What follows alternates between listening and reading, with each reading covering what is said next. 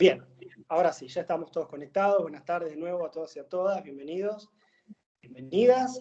Hoy comienza este curso sobre los jóvenes en el sistema penal, perspectiva e intervenciones desde los derechos humanos, que se organiza desde el Instituto de Estudios Judiciales, junto con la Asociación Judicial Bonaerense. Este es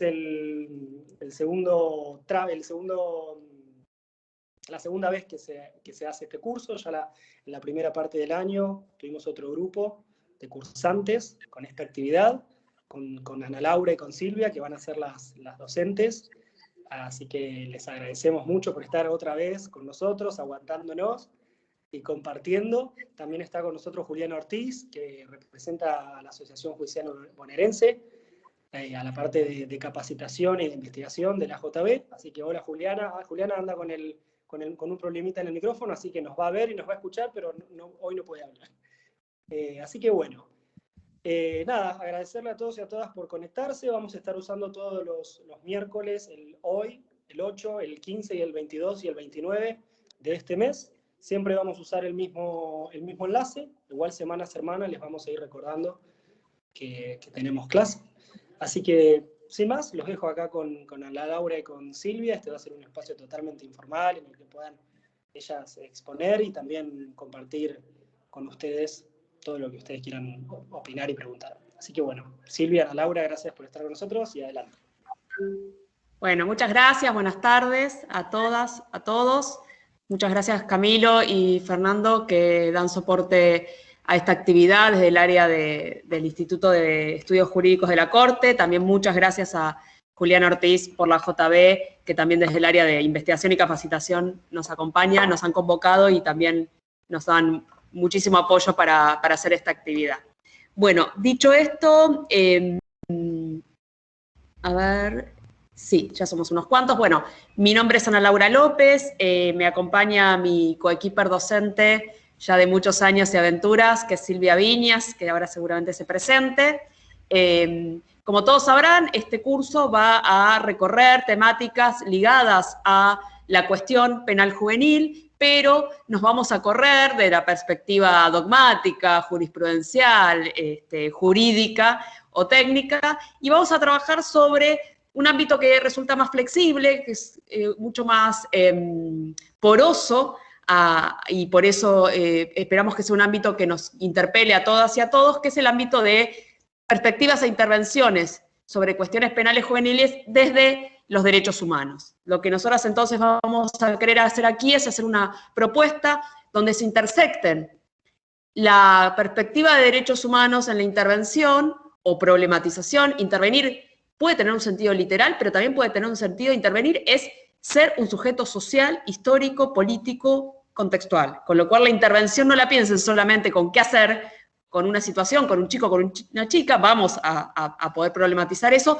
pero también problematizar de qué se trata la cuestión penal juvenil, cuáles son los despliegues materiales, cuál es la materialidad de la penalidad en sus formas concretas de operar en la realidad y cuál es el vínculo o cuáles son los nudos problemáticos que el despliegue del sistema penal hacia los adolescentes presenta en cada momento histórico y presenta en agenda de derechos humanos, así que es una perspectiva amplia.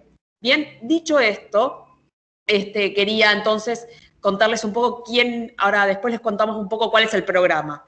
Yo soy licenciada en Sociología, es lo que estudié en la Universidad de Buenos Aires, y hace varios años me dedico a estudiar desde la sociología del sistema penal, pero particularmente desde lo que podemos llamar la sociología del castigo, me dedico a estudiar sociológicamente los sistemas penales juveniles, entendiendo por esto el amplio entramado de prácticas judiciales, policiales, custodiales, ambulatorias, etc. En ese sentido, mis aportes a este curso van a tener que ver con una mirada... ¿Sí? ¿Alguien quería hablar? Pasa, bueno, pasamos, vamos a pasar. Bueno, si alguien quiere hablar, por supuesto, era un chiste lo de recién, abra el micrófono, más allá de los accidentes que a veces pasan, abran el micrófono, hablen, así no nos sentimos tampoco tan solas. Les decía que mi aporte a este curso va a ser una mirada sociológica, donde la idea va a ser poder construir herramientas para problematizar eso que se nos presenta como dado y poder desandarlo, deconstruirlo, y tener una mirada de la penalidad mucho más allá de lo normativo o lo legislativo. Hace ya muchos años también que soy parte del equipo docente de la Cátedra Libre de Derechos Humanos de la Facultad de Filosofía y Letras de la Universidad de Buenos Aires, marco en el cual trabajamos con Silvia hace más de una década como docentes en estas temáticas. Y también pertenezco a un grupo de investigación que se llama Grupo de Estudios sobre Sistema Penal y Derechos Humanos del Instituto Gino Germani, que pertenece a la Facultad de Sociales de la Universidad de Buenos Aires, que son las dos principales inscripciones académicas a partir de la cual trabajo estos temas. Y a partir de la cual armamos con Silvia esta propuesta de curso. No sé, Silvia, si querés ahora vos presentarte antes que arranquemos con el programa.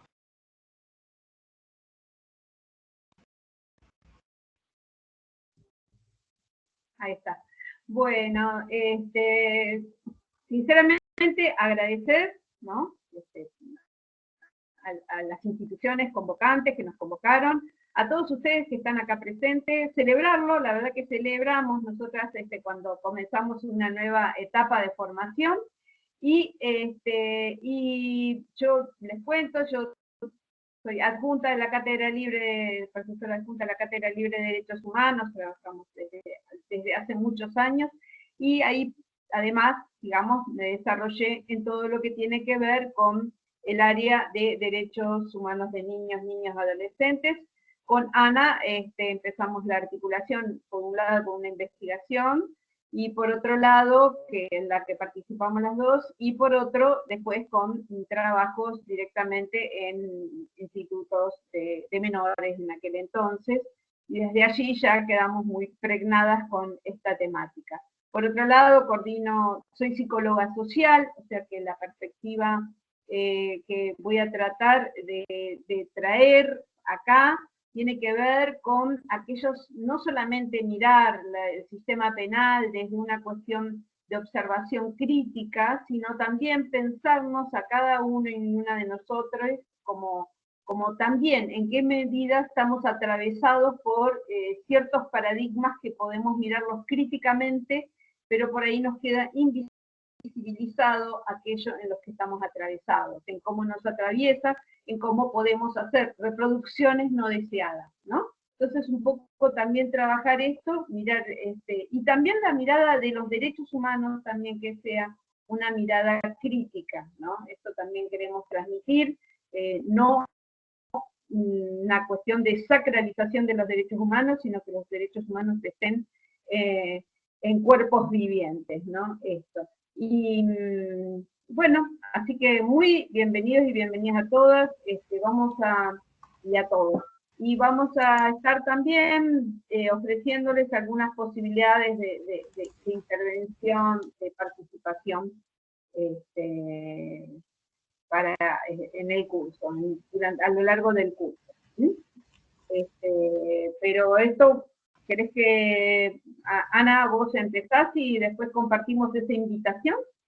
Dale, sí, la tengo aquí a mano. Bueno, como decía Silvia, vamos a presentar un curso que se divide en 5 clases y que de las 5 clases van a ser 4 un poco más tradicionales, aún con instancias participativas para ustedes, pero les queremos invitar a que se preparen porque la 5ª y última clase de este curso está pensada como un taller participativo donde los integrantes de la cursada van a trabajar en grupos a través de ciertas consignas, con lo cual la idea es que la última clase sea un taller participativo donde todos puedan participar, ya sea quienes trabajan efectivamente en fuero penal juvenil de la provincia, de la nación o de cualquier otro lugar, o quienes tienen algún tipo de vinculación, interés, preocupación con estas temáticas. Bien, entonces, la primera clase, que es la de hoy, vamos a ver cuestiones más conceptuales y de perspectiva y algunas cuestiones más históricas sobre penalidad juvenil, porque también siempre nos parece importante recuperar la historicidad de los fenómenos, es decir, no podemos comprender las discusiones y los problemas del castigo sobre los adolescentes en el presente si no revisamos un poco genealógicamente cuáles han sido los derroteros a partir de los cuales esos sistemas han nacido y se han desarrollado. Con lo cual, esta primera clase va a tener una perspectiva teórica e histórica inicial. La segunda clase va a estar a cargo de Silvia y va a tener que ver con una perspectiva de subjetividad y de derechos humanos. Como dijo Silvia, ella va a traer con su formación en psicología social una perspectiva de derechos humanos y de problematización en la intervención y de poder reflexionar sobre esto de los derechos humanos como prácticas, no como conceptos estancos. La tercera clase vamos así meternos un poquito más de lleno sobre las cuestiones más estructurales del sistema penal juvenil bonaerense, qué cantidad de conflictos se transmitan, cuáles son las tasas de prisionerización, cuáles han sido las transformaciones o el proceso de desarrollo de los 12 años que lleva el fuero de la provincia de Buenos Aires, es decir, vamos a trabajar un poco más sobre la institucionalidad y sobre los alcances de la penalidad juvenil en la provincia, focalizadamente. Esa es la tercera clase. La cuarta clase va a estar a cargo de Silvia también y va a ser una clase centrada en los dispositivos cerrados o los dispositivos de encierro y las prácticas, las intervenciones y las miradas de derechos humanos en ese contexto. Y la quinta y última clase, como les adelanté recién, lo que vamos a hacer es una dinámica de taller donde todos y todas van a participar en función de algunas consignas y después vamos a poder dar una discusión y un debate de cierre y de culminación del recorrido. Bien, quienes quieran acreditar el curso, quienes quieran obtener una certificación de aprobación del curso, deberán presentar un breve trabajo, muy breve y muy sencillo, donde pongan en juego las reflexiones sobre las propias prácticas en cruce con alguna de la bibliografía del curso. El curso tiene bibliografía asignada para cada una de las clases, la van a encontrar en el campus. La idea es que ustedes la vayan viendo a medida que tengan posibilidades. Y también van a encontrar materiales, que son los PowerPoint de las clases, que van a estar subidos en PDF en el campus y que ustedes van a poder consultar. En la mayor parte de las clases los PowerPoint exceden la cantidad de contenidos que podemos dar en la clase, pero los van a tener entonces como una suerte de material de consulta o de respaldo. Bien, entonces, ahora sí vamos a esto que decía Silvia, una primera actividad inicial que tenemos para ustedes. Ahora voy a agregar en el chat 3 links a una plataforma colaborativa que se llama Mentimeter. Cuando ustedes abran cada uno de esos 3 links, que los y las invito a que lo puedan ir haciendo ahora, y si no, se copian los links y lo hacen más tarde, si no lo quieren hacer ahora, en cada uno de esos links van a encontrar una pregunta, que es una pregunta sencilla, pero a la vez es una pregunta que a veces no es tan sencilla. La primera pregunta es, ¿qué es el castigo? O sea, perdón, ¿qué se castiga? No, ¿qué es el castigo? ¿Qué se castiga? La segunda pregunta es, ¿cómo se castiga? Y la tercera pregunta es, ¿para qué se castiga? ¿Qué se castiga? ¿Cómo se castiga? ¿Y para qué se castiga? Son 3 preguntas, si se quiere, troncales para los problemas que vamos a tocar en este curso. Esas 3 preguntas van a estar habilitadas con 6 palabras que ustedes pueden ingresar. Con lo cual, la consigna de trabajo es que ingresen las 6 palabras que inmediatamente asocien a estas preguntas, sin demasiada elaboración, sin demasiada intelectualización del asunto. Traten de trabajar con las representaciones sociales, con los imaginarios colectivos que los y las atraviesan a todos y a todos ustedes, y lo primero que se les venga a la mente, o lo primero con lo que asocien esos asuntos, escríbanlo en las 6 palabras que tienen para trabajar. Este ejercicio inicial tiene por objetivo poder recuperar las ideas, las prenociones y los imaginarios que circulan en torno a la cuestión del castigo para que los trabajemos y los recuperemos la clase pasada. La aplicación esta va a ser una nube de palabras con nuestras respuestas, y esa nube de palabras la vamos a analizar y la vamos a recuperar en el inicio de la próxima clase. Así que, primer ejercicio para que ustedes hagan es que completen estas consignas, que lo pueden hacer ahora, si quieren, y si no, lo pueden hacer más tarde, no hay problema. No sé, Silvia, si querés agregar algo más a la cuestión de la consigna. No, en verdad no, eso, sostener eso, que incluso si también, si tienen algunas palabras que les parezca que refieren más a lo que ustedes piensan, lo que están convencidos, convencidas, perfecto, las ponen, pero pero sí sin ponerse a hacer una elaboración crítica pensando en la mirada del otro y de la otra. No nos va a servir. Lleguemos a poner lo que nos viene. Son anónimos, esto quería decir. Todo lo que ustedes pongan ahí es anónimo, así que no se priven. Exactamente, son respuestas anónimas, así que aprovechen. Bien, ahora entonces, voy a ver si... Sí. No sé si Juliana por ahí quiere decir algo, no, porque estaba con problemas, ¿no? Bueno. Bueno, entonces ahora sí vamos a compartir la presentación que hay para la clase de hoy.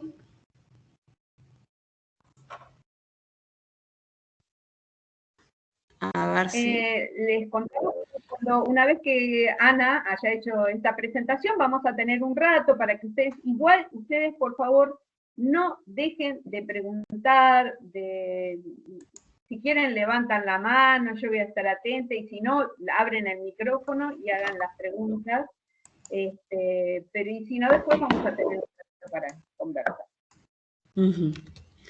Bien, ahí se ve el... Hola. Sí, se ve, Ana. Me llamó la atención, me parece, el Power. Me parece que no es este, ¿puede ser? No, está bien, puede ser. La fecha no me dio, nada más. Sí, es que no... perdón, se me trabó la computadora. Disculpen, estoy teniendo un problema técnico que es que la computadora... ¿Cómo? Te lo comento por las dudas, porque justo la fecha... No, es que sí. Estoy con un problema técnico que es que se me trabó el Teams. A ver. Perdonen, no, que además no es el PowerPoint que puse para compartir. A ver, espérate.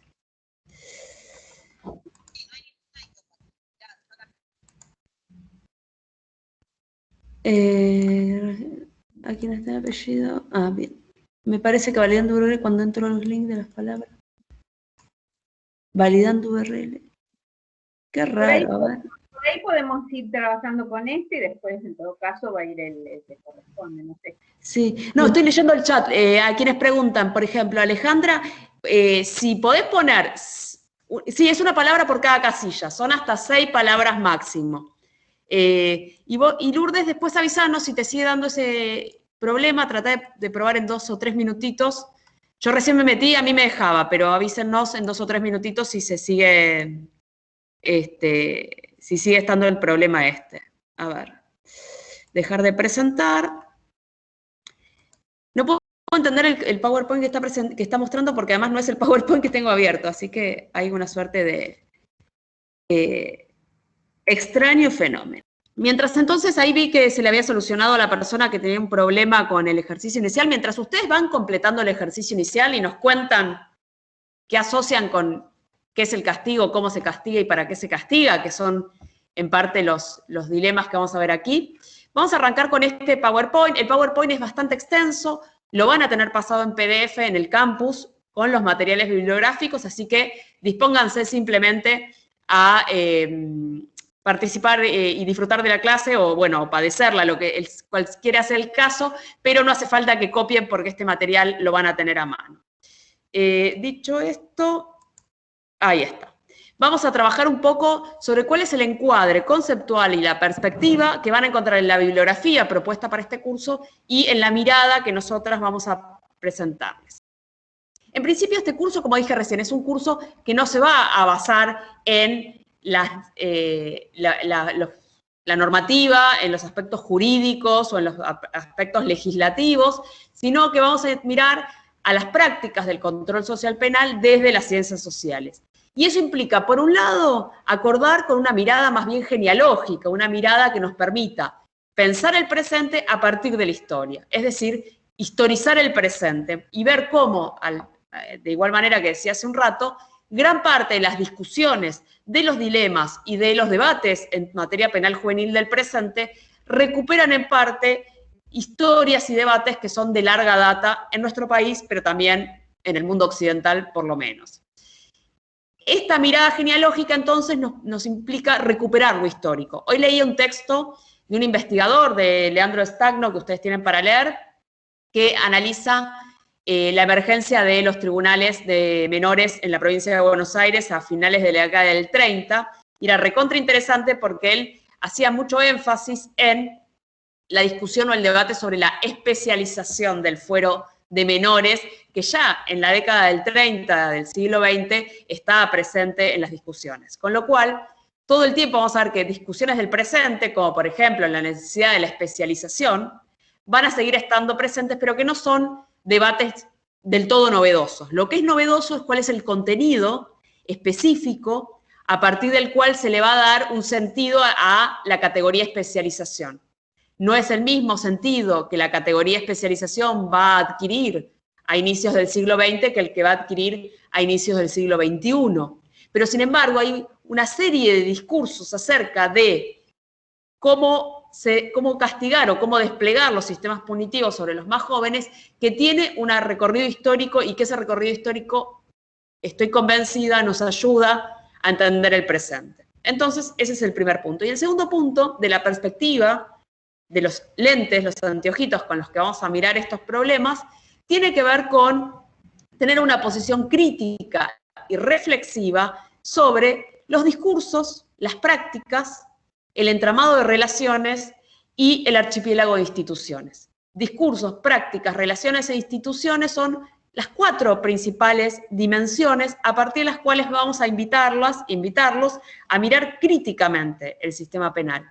¿Qué implica una mirada crítica? Implica una mirada que desnaturalice esos discursos, esas prácticas, que de alguna manera desmonte o desacople las nociones que tenemos incorporadas y que trate de preguntarse cuáles son los procesos sociales, las relaciones de fuerza, las relaciones de poder, las asimetrías, las desigualdades y los contextos que están detrás de esos discursos, las prácticas y las instituciones penales juveniles. Lo que vamos a tratar de reponer es cuáles son los procesos sociohistóricos y los procesos en la construcción del orden social y en la construcción y el mantenimiento de determinadas relaciones de desigualdad a lo largo del tiempo. Y lo que nos vamos a preguntar ante todo es cuál es el rol del sistema penal a la hora de construir determinados perfiles como lo que sintetiza a la delincuencia juvenil y excluir a otras prácticas y otros perfiles. ¿Cómo?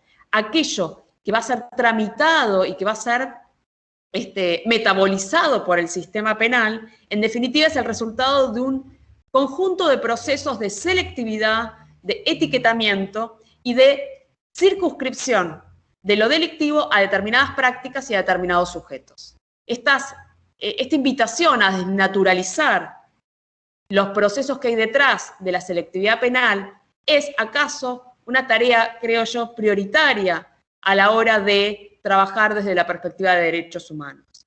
Es poder desandar la idea de que quien tenemos delante es el delincuente y es el delito, y poder tratar de entender también cómo hay un conjunto de atravesamientos institucionales que no solo seleccionan a determinados sujetos y los rotulan, sino que también generan tolerancia o impunidad o cierta tolerancia a unos otros sujetos que no van a ser criminalizados. Bien, entonces esas son las desconstrucciones que queremos proponerles para este curso.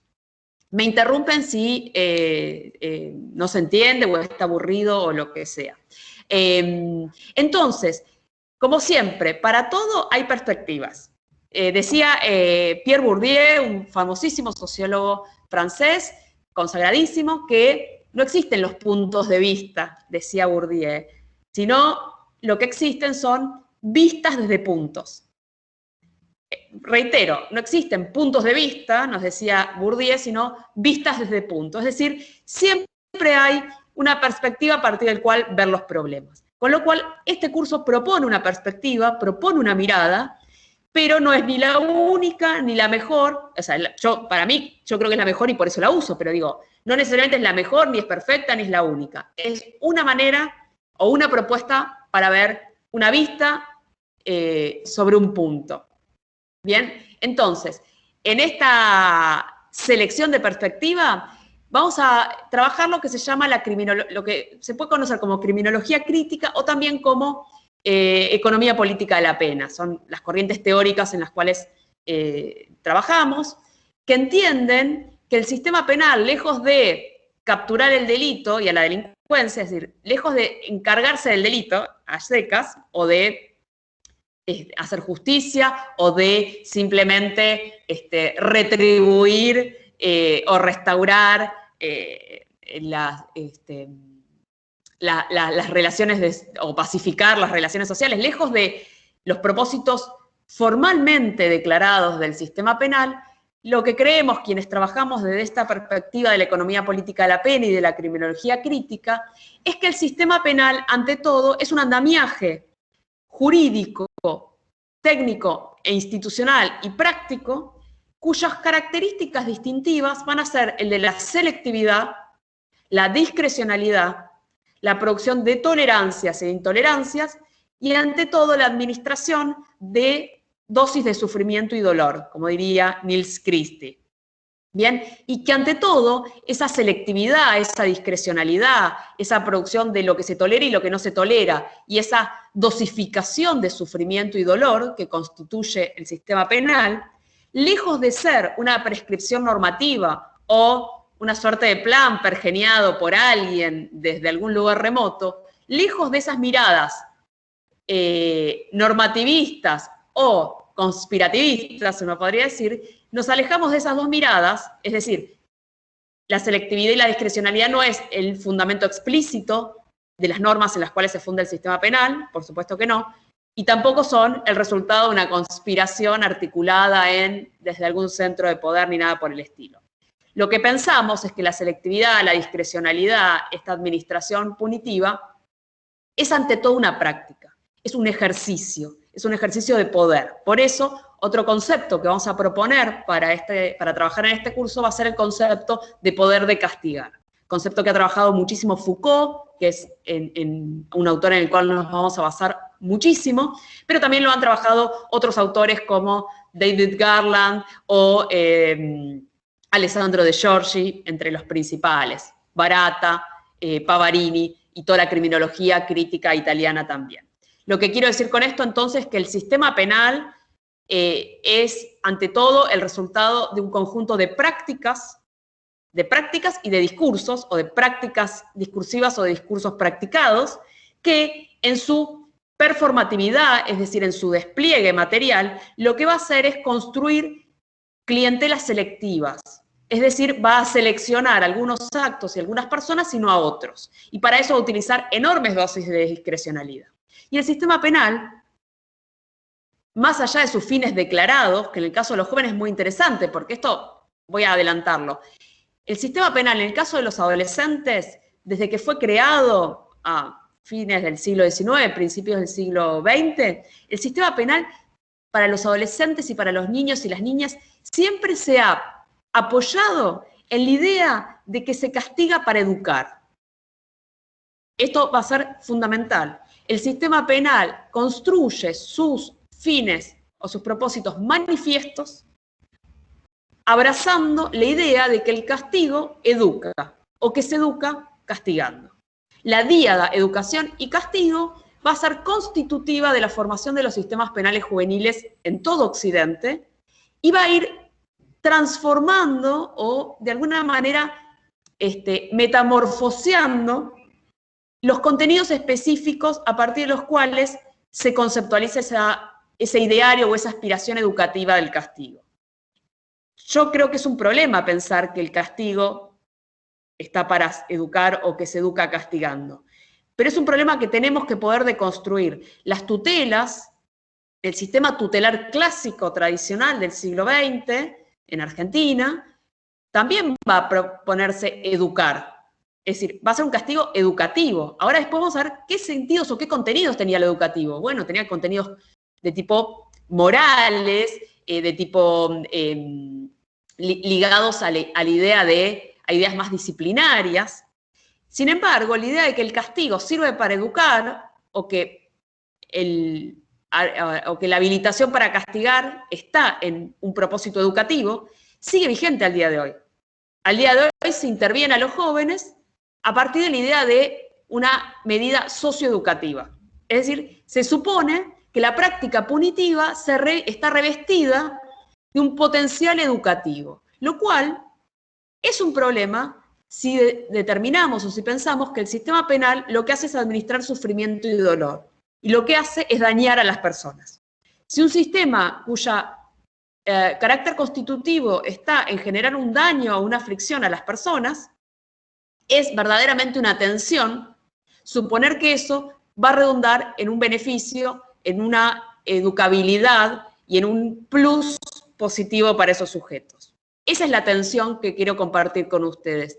La idea de un sistema que desde su origen se va a presentar como una oportunidad educativa, pedagógica, pero que revisar su despliegue histórico y también atender a su selectividad contemporánea nos obliga, nos exige a poder por lo menos dudar de los atributos educativos, pedagógicos, sobre el cual al día de hoy se fundamenta toda la legislación y gran parte de los sentidos de los actores que forman parte de ese campo penal punitivo para adolescentes.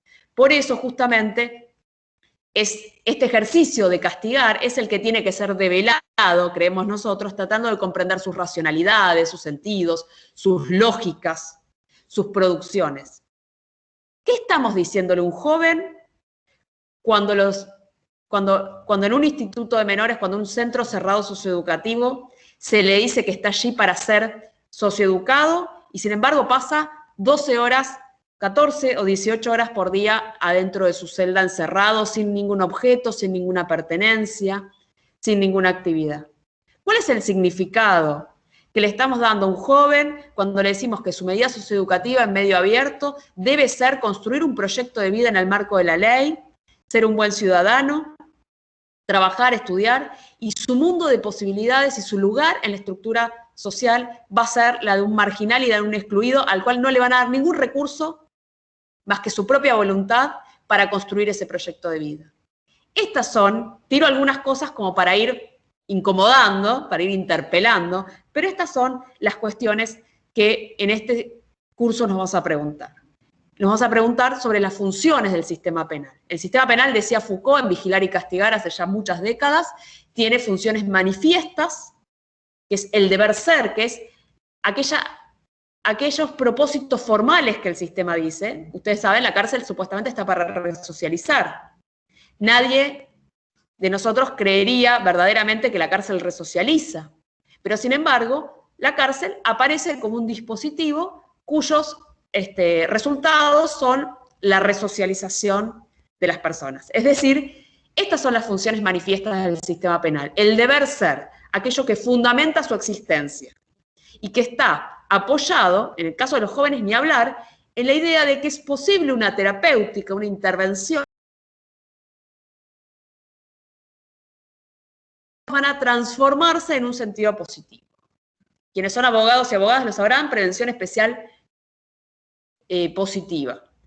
En el caso de los adultos, esta función manifiesta de transformar al sujeto, de resocializarlo, de reintegrarlo a la sociedad, todo este ideario de la rehabilitación, de una pena que transforma al sujeto, en el caso de los adultos está bastante abandonado, porque está bastante sincerado que la cárcel no hace nada de eso y que nadie espera que la cárcel haga eso, sino que la cárcel está más bien para gestionar diferencialmente colectivos problemáticos, colectivos que corporizan la peligrosidad y también está bastante más sincerado que la cárcel está para desactivar e incapacitar temporalmente a determinados sujetos que van a ser constituidos como el enemigo social. Esas funciones manifiestas de la cárcel, en el caso de los adultos, están bastante ya abandonadas. Sin embargo, en el caso de los jóvenes, y esto lo quiero recuperar como particularidad del campo penal juvenil, en el caso de los jóvenes, la idea de que el sistema penal está para hacer algo bueno con ellos, está para educarlos, para restituir los derechos que se le violaron desde hace mucho tiempo atrás, antes que lo toque el sistema penal. La idea de que el sistema penal está para educarlo y para hacer transformaciones positivas en ese sujeto, esa idea tiene una vigencia absoluta y tiene una enorme potencia. porque en el caso de los niños todavía el castigo necesita ser revestido de buenas intenciones. Y eso también, desde el punto de vista de los derechos humanos, es un problema, o debería ser un problema que nos mantenga alertas respecto de las prácticas aflictivas, punitivas, que se despliegan en nombre de la educación y en nombre de las funciones manifiestas de la penalidad.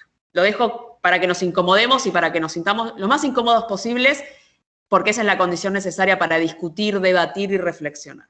Entonces, por un lado tenemos funciones manifiestas, el deber ser de los sistemas penales, y por otro lado, decía Foucault, tenemos las funciones latentes. ¿Qué son las funciones latentes del sistema penal? Bueno, justamente eso, las prácticas, lo que efectivamente el sistema penal produce, los efectos, es decir, lo que sucede en la realidad. Las funciones latentes de la cárcel o de las funciones latentes de la penalidad, va a decir Foucault, generalmente o rara vez pueden ser explicitadas, porque rara vez condicen con las funciones manifiestas, por un lado, pero además porque suelen ser efectos o prácticas no muy nobles o no muy, si se quiere, de las cuales no nos podemos sentir muy orgullosos en general. Aquello que le sucede a una persona que es encarcelada no enorgullece a ningún miembro de la sociedad, porque las funciones latentes, la gestión de la pobreza, la gestión de la exclusión, la aplicación selectiva de los castigos, esas funciones latentes del sistema, están bastante lejos de sus funciones manifiestas. El deber ser y el ser. ¿Bien? Por eso nosotros decimos que el castigo se ubica dentro de estas funciones latentes que tienen que ver con la cuestión social. ¿Qué es la cuestión social para, bueno, muchos autores de la escuela francesa ante todo, pero vamos a recuperar particularmente a Doncelot? Doncelot tiene un texto interesantísimo que se llama La cuestión social, y si no otro también muy interesante que se llama La policía de las familias, que ustedes pueden consultar también. La cuestión social, dicho de una manera un poquito esquemática, es el resultado, es el cruce entre los derechos políticos, sociales, de todo tipo, formalmente reconocidos, o sea, el reconocimiento político en una sociedad, y el acceso efectivo o la inscripción a la posibilidad de ejercicio efectivo de esos derechos o de esos reconocimientos políticos. Entre lo que el derecho reconoce, el derecho en un sentido muy amplio, civil, familiar, o sea, digo, el derecho en el sentido, y ni siquiera jurídico, el derecho como el reconocimiento de la igualdad, el reconocimiento de los derechos formales, choca o de alguna manera se tensiona con el acceso material a esos derechos. Entre esas dos cosas, entre el reconocimiento formal de los derechos y de la igualdad y el ejercicio concreto, va a existir siempre un hiato o una distancia o una suerte de espacio. Ese espacio, esa distancia entre el reconocimiento formal de los derechos políticos y sociales y las condiciones materiales de existencia, en esa distancia Doncelot y otros autores la van a llamar cuestión social. La cuestión social es el plano del conflicto que se constituye en la tensión entre los reconocimientos formales a los sujetos y las condiciones materiales y concretas de existencia. Con lo cual, dicho esto, lo que nosotros creemos, o lo que yo creo, es que el sistema penal tiene una función latente trascendente a la hora de gestionar y regular la cuestión social. El sistema penal forma parte del andamiaje de tecnologías de intervención sobre la cuestión social.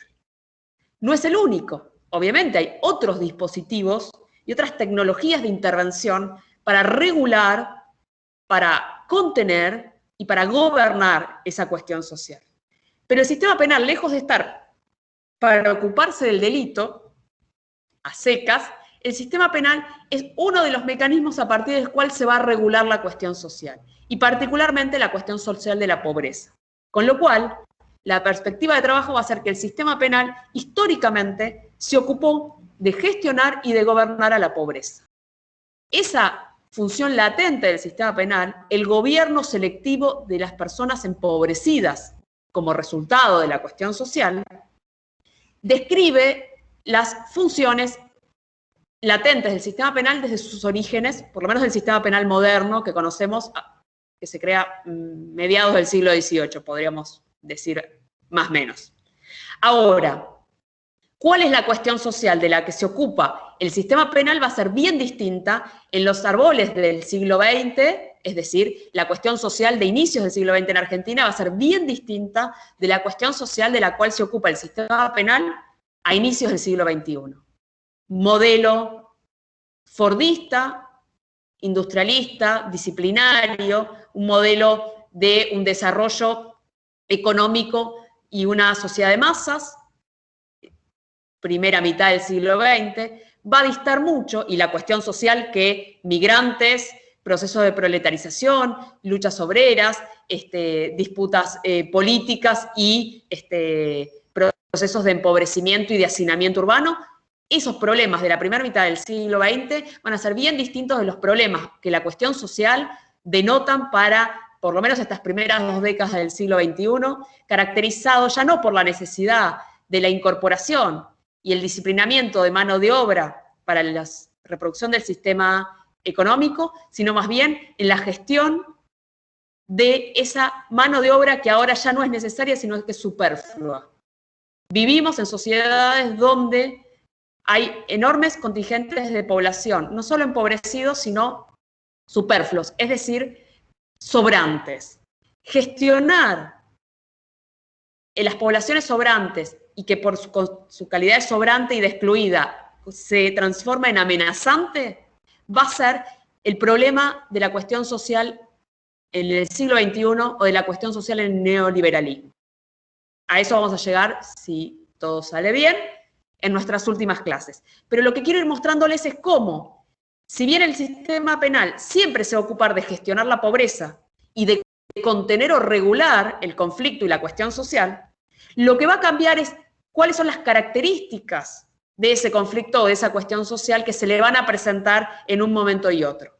Con lo cual, cuando pensamos los desafíos del sistema penal contemporáneo, tenemos que pensar en un sistema penal que tiene que gobernar a un montón de jóvenes que posiblemente nunca terminen siendo integrados a los mecanismos, por ejemplo, de trabajo asalariado o de mercado laboral formal que conocemos o que conocíamos hasta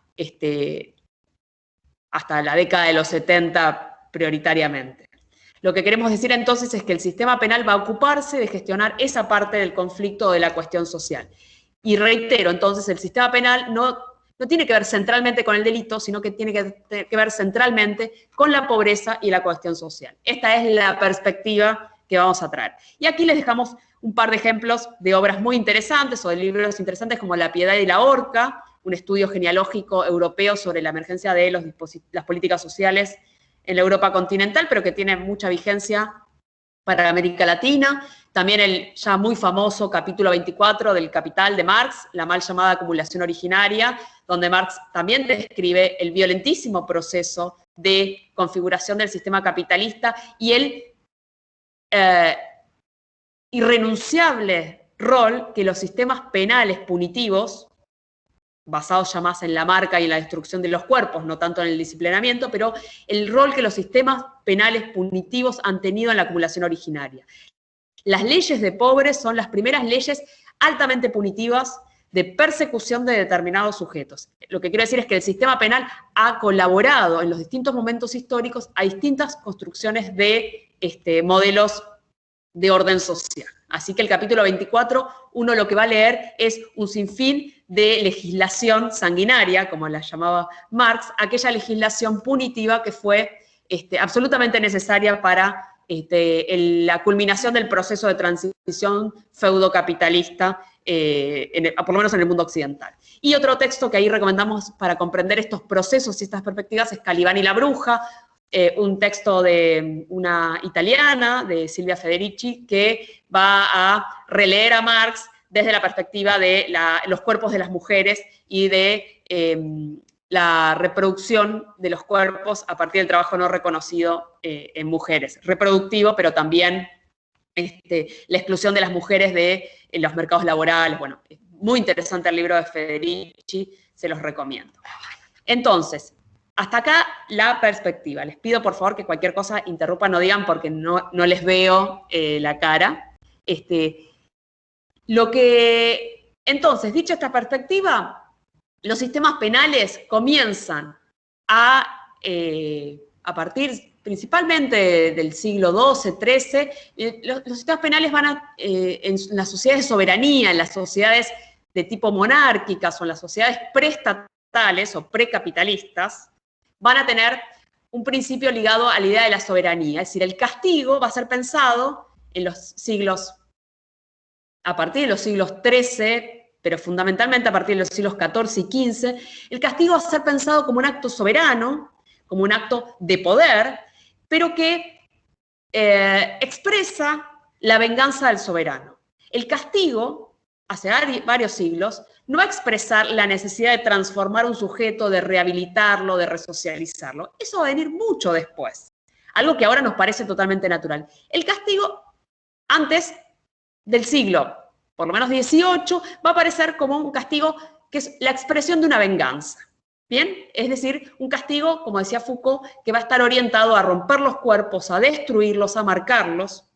Es decir, un castigo expresivo, un castigo destructivo y un castigo cuyo propósito no es mejorar a nadie ni nada por el estilo, sino cuyo propósito es restaurar la autoridad soberana que se ha visto ofendida por el delito. El delito en las sociedades de soberanía no ofende a la sociedad toda, como actualmente se concibe. El delito en la sociedad de soberanía era una ofensa directa al poder del rey.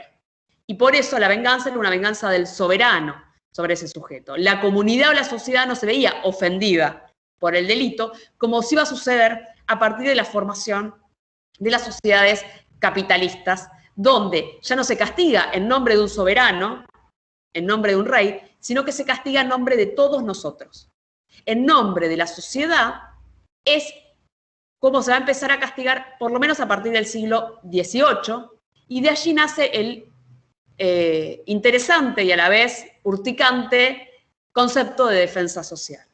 La defensa social va a ser la expresión que a partir más o menos del siglo XVIII va a adquirir la fundamentación del castigo. Se castiga no porque ofendimos a un rey, sino que se castiga porque la sociedad debe defenderse de aquellos elementos que se le aparecen como recalcitrantes, perniciosos, disruptivos, amenazantes, etcétera, etcétera. Y entonces ya no estaba basada en la venganza o en la destrucción de los cuerpos, sino que el castigo a partir del siglo XVIII va a estar basado en la idea de la disciplina, en la idea de intervenir a esos sujetos para transformarlos. La idea de que el castigo es un artefacto cuyo fin ulterior lo excede y es transformar al sujeto. El castigo ya no es una mera venganza o una mera restitución de lo anterior, sino que el castigo es la oportunidad para transformar esos sujetos. En esto me voy al siglo XVIII y me voy a debates ya un poco que pueden sonar muy abstractos, porque sobre este ideario, sobre este conjunto de ideas, es sobre el cual todavía se apoya la penalidad juvenil. La idea del castigo como una oportunidad para transformar positivamente a ese sujeto. Por eso, la defensa social, decimos, expresa dos acepciones. La idea de una pena justa y la idea de una pena útil. La idea de una pena justa es, hay que castigar como una reacción, esto a lo Durkheim, hay que castigar como una reacción necesaria frente a un acto que aparece como disvalioso, disruptivo, ilícito, etc. Eso, la pena justa, es un tipo de acepción que se encuadra en lo que se llama, disculpen las y los abogados, que para ustedes debe ser esto muy obvio, pero también trato de reponer estos debates para quienes no son abogadas y abogados. La pena justa, o el derecho, remite a lo que llama el derecho penal de acto, que supone que lo que se castiga es un acto, es una acción. Un robo, un hurto, una lesión en una pelea. Esa es la idea de la pena justa del derecho penal de acto. Es la acepción más liberal del castigo, que es la idea de que se castiga porque es necesario, tiene una mirada contractualista en el fondo esto. Es necesario reaccionar frente a un acto, una acción concreta que ofende o que daña el contrato social. Ese, entre comillas, pacto que en teoría hacemos todos cuando nacemos, ¿no? ¿Vieron esa idea liberal de que supone que todos pactamos o nos ponemos de acuerdo en algo y ese contrato social se ve ofendido por alguien que lo rompe. Por eso lo que se castiga es un acto. Es un acto y por eso, y es justo castigar porque es justo reponer esa ofensa al contrato. Esta es la versión liberal de la penalidad. Ahora, lo que a mí me interesa que recuperemos o nos detengamos es en la idea de la pena útil. Porque en la pena útil todavía germina toda la institucionalidad penal juvenil hasta el presente. Y voy a ser insistente con esta idea porque muchas veces creemos que por llamar a las cosas con categorías semánticas ayornadas, estamos diciendo algo distinto. Y muchas veces no estamos diciendo cosas tan distintas. Llamar, no sé, medida socioeducativa a lo que antes podía llamarse tratamiento correccional, tiene sus diferencias, pero también tiene sus similitudes. Y una similitud es pensar que la pena es una pena útil. ¿Qué es la pena útil? Es justamente la idea de que el castigo, que la pena, está no para retribuir, no para ser justa o para sancionar un acto, sino que la pena útil es, de nuevo, un artefacto, un vehículo, una autopista que va a permitir construir una utilidad o construir una producción o una intervención sobre ese sujeto que lo transforme. La pena útil se basa en las ideas de lo que se va a conocer como el derecho penal de autor. El derecho penal de autor es la condición de posibilidad conceptual para la existencia de algo que a todos y a todas nosotras nos parece recontra natural y que no es nada natural, que es la idea del delincuente. El joven delincuente, el delincuente juvenil, el delincuente son categorías semánticas que esconden operaciones analíticas. Y la primera de ellas es la idea de pensar que el delito no es un acto, sino que el delito es una condición ontológica. Decir que existen sujetos que son delincuentes, delincuentes juveniles, expresa la idea de que hay determinados atributos o determinadas condiciones que viven en esos sujetos o que están incorporadas a ese sujeto y por las cuales se explica la comisión de los delitos. Es decir, no hay un sujeto libre que en su libre albedrío comete un acto, lo que sería un liberal, sino que las miradas tutelaristas y del positivismo criminológico, ya sea en su vertiente clínico, médico, psiquiátrica, o en su vertiente social, sociológica, pedagógica o psicosocial, en cualquiera de sus vertientes, el positivismo y el tutelarismo, lo que va a pensar es que lo que existen son determinados sujetos con determinadas características que lo exponen o lo disponen, queda mejor decir que lo exponen, que hay sujetos vulnerables cuya vulnerabilidad los exponen al delito. Ya no queda también decir que hay ciertos sujetos con factores o con atributos que los predisponen al delito, que sería la versión de un positivismo criminológico ya vetusto, propio del siglo XIX, XX. Pero, sin embargo, pensar que hay vulnerabilidades que exponen, o factores psiquiátricos, biológicos, psicológicos, ambientales que predisponen al delito, en uno y otro caso, lo que está detrás es la idea que hay un sujeto que no es que cometió un acto, hay un sujeto cuya propia biografía está sujeta a evaluación criminológica, a evaluación penalógica. Es decir, hay un sujeto sobre el cual hay que hacer algo. Hay una biografía sobre la cual intervenir. Con lo cual ya no podemos hablar de un derecho penal de acto, sino un derecho penal de autor. La necesidad de pensar en un derecho penal de autor es lo que habilita la idea de los tratamientos tutelares, más contemporáneamente de las medidas socioeducativas y también de lo que en su momento se llamó protección y que ahora se puede llamar responsabilización. Conceptos que también vamos a tratar de poner en crisis. ¿Qué significa que el joven se haga responsable? ¿Qué significa la responsabilización dentro de las racionalidades cognitivas del neoliberalismo?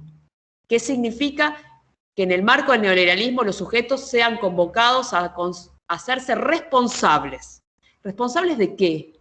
¿Responsables de cómo? ¿Responsables para qué? Estas son preguntas que quiero ir dejando abiertas para que nos vayamos incomodando con las categorías semánticas contemporáneas del corpus analítico de la penalidad juvenil, pero que sin embargo no están tan lejos de la pena útil, del derecho penal de autor y de un derecho penal tutelar que al construir un sujeto problemático, un sujeto peligroso, construye también el arsenal de posibilidades para intervenir sobre él. E intervenir por su peligrosidad, pero en nombre de su bien o en nombre de su desactivación. Vamos a después ver estas cuestiones. Paso rápidamente, entonces, la defensa social del siglo XVIII se va a basar en la idea de la peligrosidad como el potencial disruptivo, ya no de un acto, sino de un autor. La peligrosidad es un atributo que solamente existe en la medida en que existe un sujeto delincuente. No hay peligrosidad si no es apoyada en el soporte biográfico ontológico de un sujeto. Con lo cual, el concepto de peligrosidad requiere de un sujeto problemático, requiere de un sujeto patologizado. Por eso la defensa social se va a basar en la idea de la peligrosidad. Todos nosotros nos defendemos, el castigo es la justificación de la que todos nosotros nos defendamos de unos otros que constituyen un peligro, que nos dan miedo y sobre los cuales tenemos que descargar acciones punitivas. Esa construcción es la que va a permitir la idea de un castigo, reitero, que transforme a esos sujetos, que haga algo con ellos. Bueno, ¿qué se hace con esos sujetos? Esta es la pregunta de los derechos humanos que queremos plantear. No porque haya que castigar en nombre de los derechos humanos, que es algo que también aparece ahora mucho, la idea de que es una suerte de derecho humano que castiguen a los adolescentes. La pregunta que yo quiero reponer es, ¿qué violaciones a los derechos humanos se justifican en la idea de la peligrosidad juvenil, que ahora, en el siglo XXI, se llama riesgo? Aquello que se llamó defensa social en el siglo XVIII va a llamarse seguridad, inseguridad en el siglo XXI. Cada vez que hablamos de la inseguridad o de la seguridad, en realidad estamos de alguna manera remozando la categoría de la defensa social que en el siglo XVIII hizo estragos, pero garantizó la formación de un sistema, de un orden social determinado. ¿Qué orden social estamos construyendo y estamos legitimando a partir de la interpelación de la seguridad e inseguridad como habilitación del despliegue penal punitivo? Esta es otra pregunta que también nos tenemos que hacer. Con lo cual, ya no se habla de defensa social y de peligrosidad, sino que ahora se va a hablar de seguridad, inseguridad y riesgo. Categorías que nos incomodan menos que la peligrosidad. Decir que un joven peligroso todavía queda un poquito incómodo. Pero decir que un joven está en riesgo o tiene riesgos aparecería como una categoría más amable, pero que en definitiva sigue remitiendo determinados atributos que alojados en ese sujeto lo predispondrían o lo expondrían al delito. Eso es toda una construcción que si no la desandamos, corremos el riesgo de naturalizar o más aún de legitimar los procesos de selectividad penal y los mecanismos de discrecionalidad a partir de los cuales se motoriza la selectividad penal. Es decir, el parteaguas y los procesos de criminalización selectivo y focalizados sobre unos otros que casualmente siempre, ayer, hoy y siempre van a ser los pobres. El sistema penal solamente interviene, o solamente no, en forma dominante o mayoritaria, se despliega sobre los más pobres. Cuando vamos a una cárcel, cuando vamos a un instituto de menores, cuando vamos a un centro de medidas ambulatorias, siempre indefectiblemente vamos a encontrar jóvenes pobres. Si hay un joven que no es pobre, es una excepción. Y es una excepción que además va a ser resaltada, porque va a ser un dato curioso. Lo que no podemos caer en la idea de que los jóvenes pobres son los únicos que cometen delitos, o que los jóvenes pobres son el problema que tenemos en términos de seguridad e inseguridad. La seguridad e inseguridad en el siglo XX quería decir muchas otras cosas. En el siglo XXI, lamentablemente, la derrota política es que la seguridad e inseguridad se recorta solamente a un problema de delito urbano, callejero, policial. Y eso ha sido un desplazamiento del sentido del concepto de seguridad que también tenemos que problematizar. Con lo cual, el riesgo y la inseguridad sigue siendo el legitimante de la persecución selectiva de los sectores más empobrecidos, más excluidos de la sociedad. No de todos, porque necesitaríamos un sistema penal mucho más amplio, pero sí de la parte que se presenta como más conflictiva, como más amenazante de esa juventud excluida o empobrecida. Con lo cual, reitero, el problema del sistema penal no tiene que ver tanto con el delito, tiene que ver con un montón de otras cosas. Por eso, lo que queremos tratar de desandar en nuestras clases es cuáles son las estrategias y las herramientas que por un lado definen, pero por otro lado producen el orden social. Lo que nosotros queremos transmitir es que pensamos que hay una relación entre el orden social y el sistema penal. Es decir, que el sistema penal es tributario del sostenimiento del orden social. Y en la medida en que vivimos en un orden social basado cada vez más en la desigualdad, no el orden, la estructuración social, la forma de estructura social contemporánea está en las últimas décadas, en el último medio siglo, cada vez más concentrado en una arquitectura de la desigualdad profunda. Nuestra estructura social agudiza las asimetrías y las desigualdades, y su edificio, la edificación de la estructura social, está marcadamente en la etapa neoliberal del capitalismo, construida en torno a las desigualdades. Entonces, si vivimos en un orden social fundado en las desigualdades, ¿cuál es el rol del sistema penal?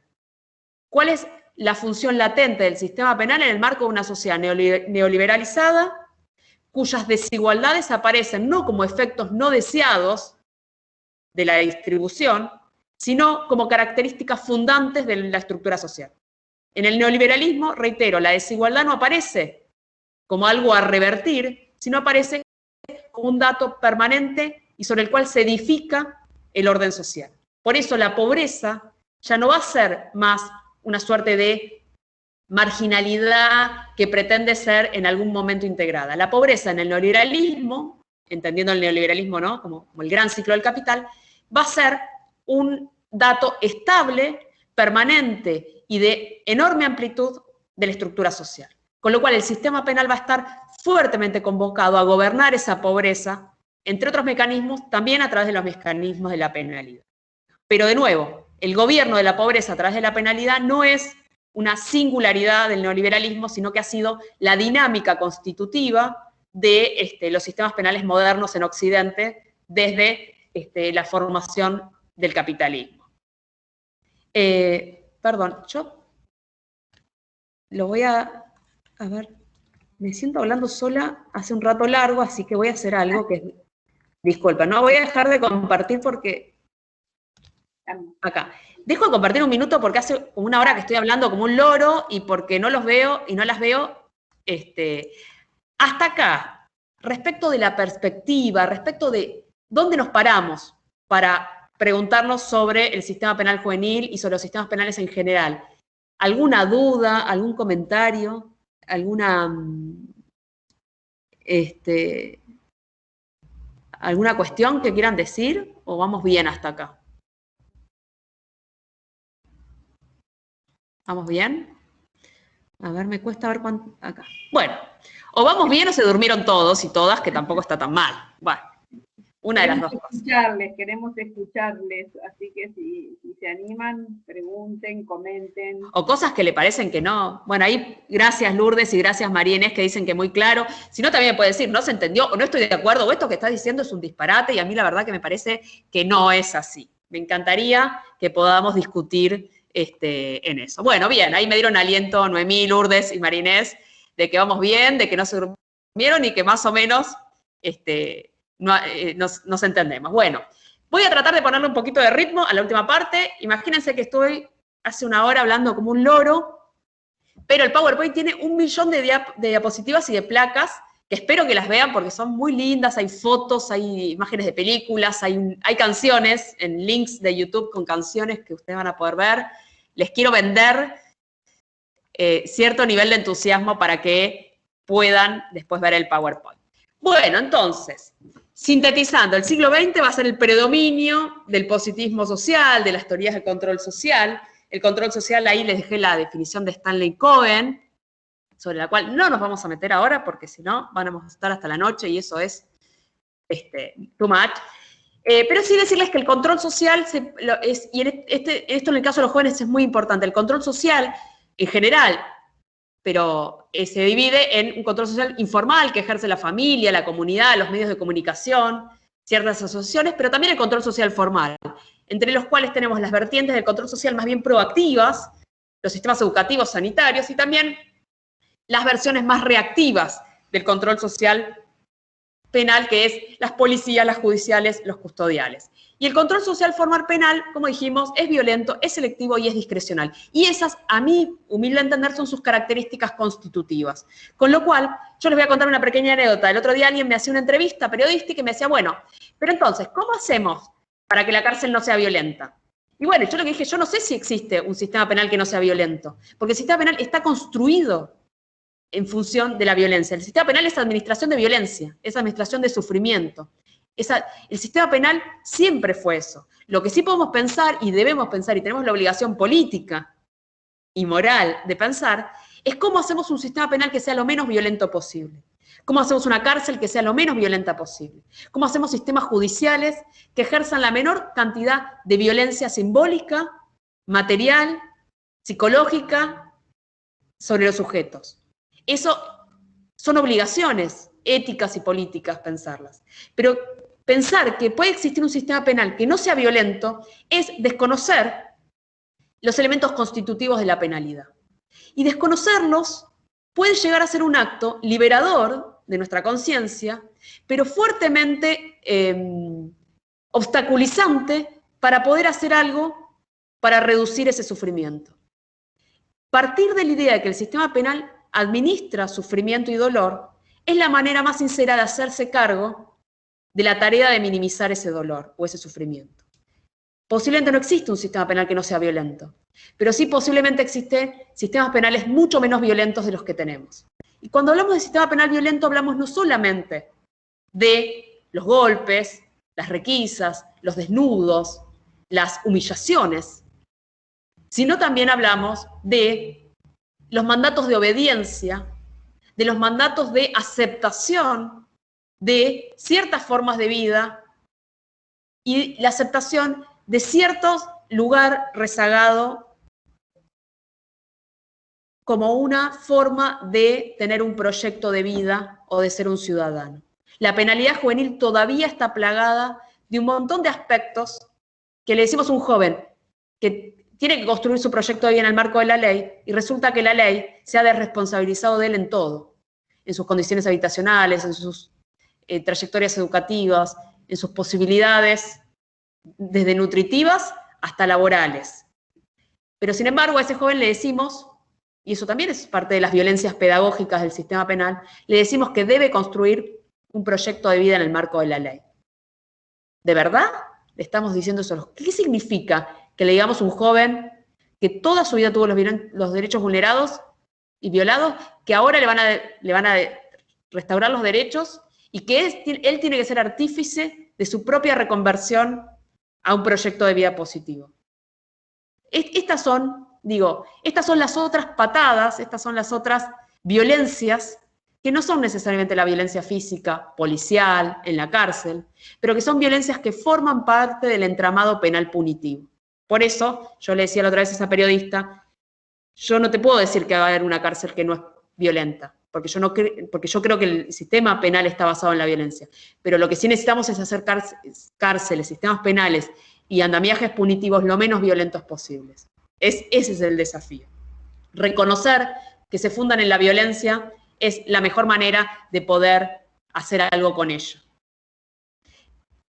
Volviendo, el proceso de control social, entonces, en sus formas, lo que vamos a estudiar aquí son sus expresiones formales, penales y reactivas. Pero ojo, ¿por qué yo les traje acá la flechita del control social informal? Porque justamente en el sistema penal juvenil está fuertemente interpelado, por lo menos en los discursivos, la comunidad y la familia. Esta idea de la corresponsabilidad o de la cogestión de la penalidad juvenil entre distintos actores. Y también en esto hay que ser muy cuidadosos a la hora de involucrar en el despliegue penal punitivo a otras instituciones que son instituciones de control social informal, como la familia y la comunidad, sin dudas, pero que sin embargo pueden aparecer como instituciones sobreresponsabilizadas respecto de un Estado que en la corresponsabilidad muchas veces se equipara o se pone en igualdad de condiciones que los actores sociales o los actores de la sociedad civil. Con lo cual hay una interpelación a la participación comunitaria y familiar que necesitamos pensar, sobre la cual necesitamos reflexionar. ¿Bien? Bueno, después lo van a tener en el material, pero lo que quiero decir es que el control social tiene distintas dimensiones y muchas de esas dimensiones a veces aparecen un poquito yuxtapuestas a la hora de convalidar la penalidad juvenil. Paso, ahora sí, esta placa. Bueno, este cuadrito se los dejé, que es un poco lo que les comenté antes. La idea de que en las sociedades disciplinarias de un capitalismo industrial fordista, el modelo de dominación va a ser un modelo de integración de masas, con patrones salariales, de seguridad social. Acuérdense, hace no mucho tiempo seguridad quería decir otra cosa. Seguridad quería decir lo que es la colectivización de riesgos, tener obra social, tener descanso dominical, tener garantizado el acceso a la salud, a la educación. Seguridad social, bueno, seguro de desempleo. La seguridad social, la seguridad quería decir otras cosas hace medio siglo. Miren cómo la seguridad ahora nos ha sido arrebatada a un problema policial. Yo siempre lo digo y no me canso de decirlo. Vivimos en una sociedad donde tenemos un ministerio de seguridad que adentro solamente tiene fuerzas policiales. No tiene otro componente de política pública. El Ministerio de Seguridad lo único que tiene son fuerzas policiales. Pero fíjense cómo el significante de la seguridad ha quedado circunscripto a la cuestión del delito. Cuando hace medio siglo, seguridad significaba no seguridad respecto al delito, sino seguridad social, colectivización de riesgos. Es decir, la posibilidad de generar previsibilidad, certidumbre y proyección social, biográfica en los sujetos. La seguridad social dejó de existir, desapareció del vocabulario político contemporáneo, porque la seguridad social ha sido destrozada y ha sido esos riesgos que habían sido colectivizados en el estado de bienestar, han sido descolectivizados, pero han sido también traducidos en términos de delito. Y delito predatorio, callejero contra la propiedad, no del gran delito económico, ¿no? Estos son una de las cuestiones que tenemos que trabajar para entender a qué necesidades respondía un sistema penal del siglo XX y el sistema penal del siglo XXI, a qué otras necesidades responde. Esa seguridad social se daba en el marco de un welfarismo penal, es decir, de un sistema penal basado en la idea del estado de bienestar y de ciertas protecciones y también de ciertas tutelas en el sentido de protecciones o de intervenciones, más allá de que después las maneras en las que históricamente se expresaron las tutelas han sido bastante siniestras. Criticar lo siniestro del despliegue material de las tutelas en el siglo XX sobre los niños ha sido la palanca discursiva central para la transformación semántico-discursiva de la penalidad juvenil y de las relaciones entre los mundos adultos e infantiles en nombre de los derechos, en nombre de un modelo de derechos. Sin embargo, la idealización del modelo de derechos ha partido de acepciones más bien abstractas o conceptuales que no son comparables con la revisión material histórica de las tutelas. ¿Qué quiero decir con esto? La tutela ha sido criticada adecuadamente por la manera en la cual se hizo operativa, en la cual se tradujo en procesos de minorización y de selectividad penal y de construcción de infancias subalternas. Ahora bien, el modelo de derechos vino a mostrarse como una superación innata, pero de orden abstracto y conceptual. Con lo cual, ¿qué se hace en nombre de los derechos? Es lo que tenemos que problematizar para poder ser justos y equitativos con la discusión de las tutelas. La tutela no se la analizó como perniciosa desde el punto de vista solamente abstracto, sino por lo que había generado, por los procesos de discriminación y de minorización de la pobreza que había generado en el siglo XX. Ahora, la pregunta es, ¿qué procesos de regulación de la cuestión social se están llevando adelante en nombre del modelo de los derechos? Esa me parece que es la pregunta que nos va a permitir una comparación un poco más sensata sobre esta idea de los modelos malos y los modelos buenos. Tutela feo, malo y sucio, derechos bueno, esperanzador y intrínsecamente solucionador de todos los problemas. Digo, lo estoy diciendo de una manera un poco reduccionista y casi irónica, pero esta es la manera en la cual se ha presentado la discusión entre tutelas y derechos. Lo que yo propongo es que empecemos a pensar qué se está haciendo hoy en día en nombre de los derechos. Y posiblemente encontremos que en nombre de los derechos se están haciendo cuestiones que también son altamente problemáticas. Con lo cual el problema no es meramente el modelo tutelar o las prácticas tutelares, sino que el problema es mucho más complejo. Dicho esto, también aparece en las sociedades disciplinarias un modelo más positivista, como dijimos, y en las sociedades contemporáneas una gestión diferencial de grupos que aparecen riesgosos, un principio del actuarialismo, que son los cálculos de probabilidad de riesgo, y un sistema penal basado justamente en una idea más neutralizante o incapacitante, y justamente otra de las diferencias que quiero marcar es cómo el modelo de dominación por integración de masas y por proletarización y por, si se quiere, sí, disciplinamiento de la mano de obra propio de las sociedades fordistas, hoy en día es un modelo que está basado en una acumulación por disposición y un modelo de dominación que pretende gestionar la excedencia social. Es decir, administrar eso que sobra y que ya no es necesario ser incorporado, ser fijado en términos de mano de obra dócil al sistema productivo. Las necesidades del orden social cambian y también cambian los discursos de la penalidad. Entonces, el interjuego que quiero proponerles es que pensemos, cuando leemos los textos históricos que vamos a darles en este curso, que pensemos cuáles son las continuidades. Derecho penal de autor para mí es una continuidad, por más que ahora se le diga medida socioeducativa y no protección tutelar, el derecho penal de autor sigue como una suerte de, si se quiere, continuidad, pero también las rupturas, también las discontinuidades, también las transformaciones, las necesidades de gobierno de la cuestión social y de garantizar el orden social son distintas en la sociedad que vio nacer la ley 10.903, el patronato de menores, a las necesidades y a los requerimientos del orden social y al conflicto social que caracteriza a las sociedades que han visto nacer los modelos de derechos en el siglo XXI. Ahí hay rupturas. Con lo cual, en ese juego de rupturas y continuidades es donde tenemos que problematizar las prácticas de la penalidad juvenil. Ahora sí, lleguemos a los niños, porque todos queremos hablar de los niños, y las niñas y los adolescentes. Bueno, por fin llegamos a los niños. ¿Por qué les hice todo este recorrido? Porque yo estoy convencida de que, lejos de hacer una reproducción niñológica de los problemas, los sistemas penales punitivos tienen una estructura genealógica y tienen un proceso sociohistórico que requiere ser comprendido más allá de las particularidades de la niñez. Y en esto abrazo las ideas del ya famoso Anthony Platt con Los Salvadores del Niño. ¿Qué decía Anthony Platt en un libro precioso que se llama Los Salvadores del Niño?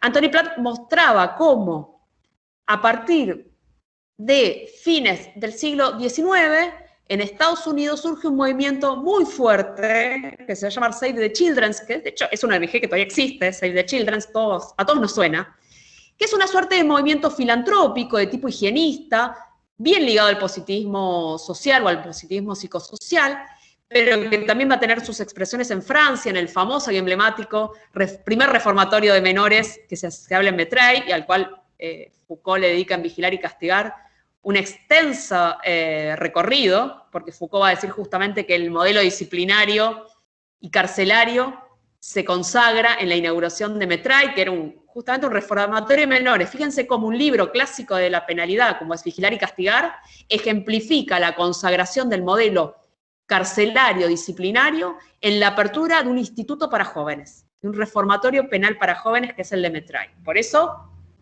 les recomiendo mucho la lectura del capítulo que se llama Lo carcelario, de Vigilar y Castigar, donde él va a contar cómo era este diseño de este reformatorio de menores francés. Pero bueno, más allá de eso, lo que quiero decir es que fines del siglo XIX, lo que va a aparecer es un movimiento filantrópico, positivista, higienista, preocupado por la inespecificidad que el sistema penal tenía respecto a los más jóvenes. Es decir, va a surgir un fuerte movimiento que va a empezar a construir la idea de que los jóvenes, de que los niños, de que los adolescentes requieren reacciones penales particularizadas. Hasta entonces era más bien indiferenciado el sistema de castigo y el sistema de encierro de los más jóvenes y de los más adultos. A partir de este momento va a empezar a decirse que hay ciertas características que hacen a la infancia que requieren el diseño y el despliegue de sistemas punitivos. Nunca van a llamarse punitivos, van a ser sistemas de protección, de rehabilitación, de corrección particulares. Esto es lo que Anthony Platt, en Los Salvadores del Niño, su obra a la cual ya hice referencia, va a denominar la invención de la delincuencia juvenil. Fíjense qué interesante. Para Anthony Platt, la categoría del delincuente juvenil, algo que nos parece totalmente extemporáneo, normalizado, natural, que existió siempre, etcétera, etcétera, es una categoría social que existe hace muy poco tiempo. Tiene apenas un siglo y medio, siendo generosa, la idea de que existe determinada configura que se llama el delincuente juvenil. Dice Anthony Platt que el delincuente juvenil es una categoría que es el resultado de un proceso de invención. Cuando hablamos de un proceso de invención, es un proceso de construcción de un saber-poder, de construcción de una suerte de problematización acerca de un asunto que antes no existía como tal. Ese proceso de invención de una categoría denominada de delincuente juvenil es lo que estos autores van a trabajar. Y cómo a partir del siglo XIX va a empezar a sucederse la construcción de toda una institucionalidad dedicada a los delincuentes juveniles.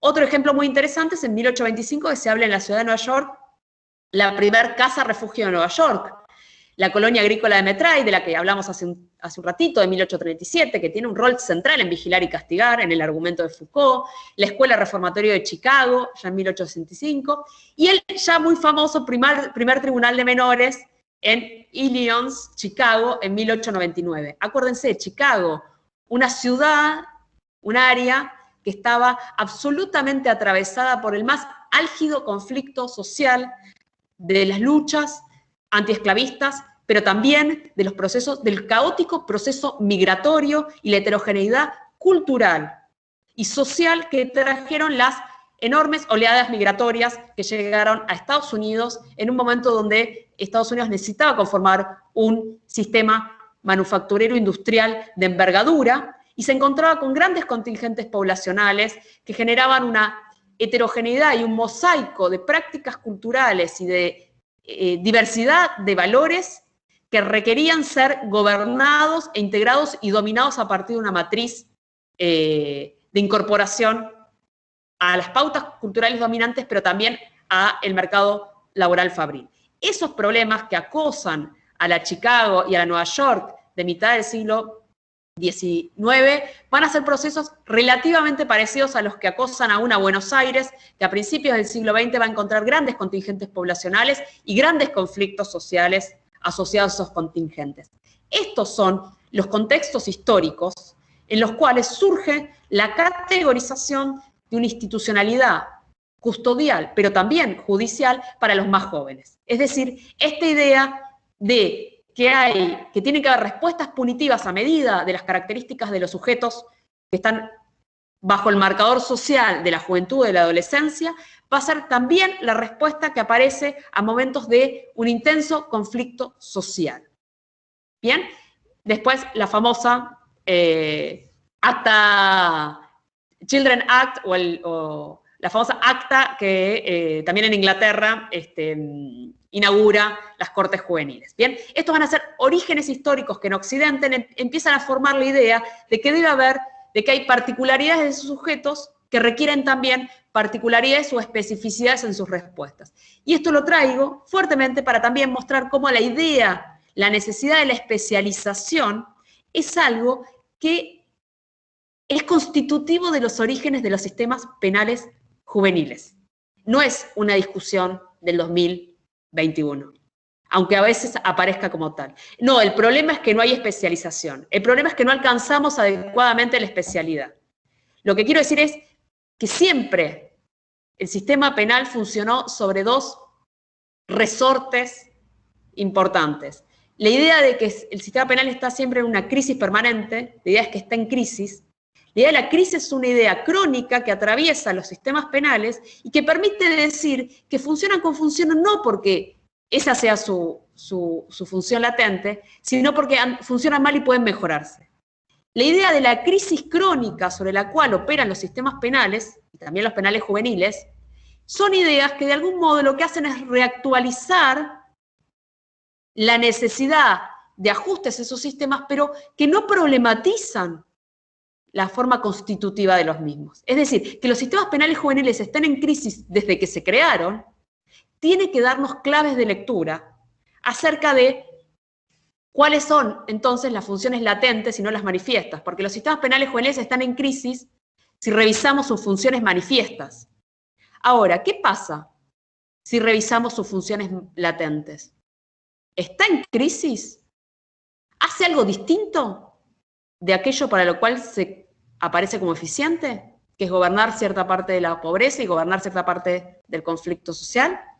Son preguntas para discutir. Todo esto para dejarlas y dejarlos con inquietudes para principalmente para nuestro último taller, pero también para las clases. Con lo cual, me gustaría compartir con ustedes que el sistema penal se encuentra en crisis desde que se creó, con lo cual hay que pensar ese asunto. Otro problema es que el sistema penal, en el caso de los jóvenes, se basa en dos categorías, a mi criterio, distintivas desde su constitución. La primera categoría es que el sistema penal juvenil o minoril, como lo querramos llamar, aparece siempre ligado a la idea de lo eufemístico. La idea de un castigo diseñado a la medida de sujetos pequeños ha traído una suerte de cobertizo eufemístico a todo su andamiaje.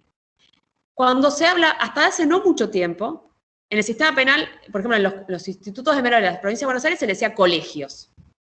Hasta ahora, la manera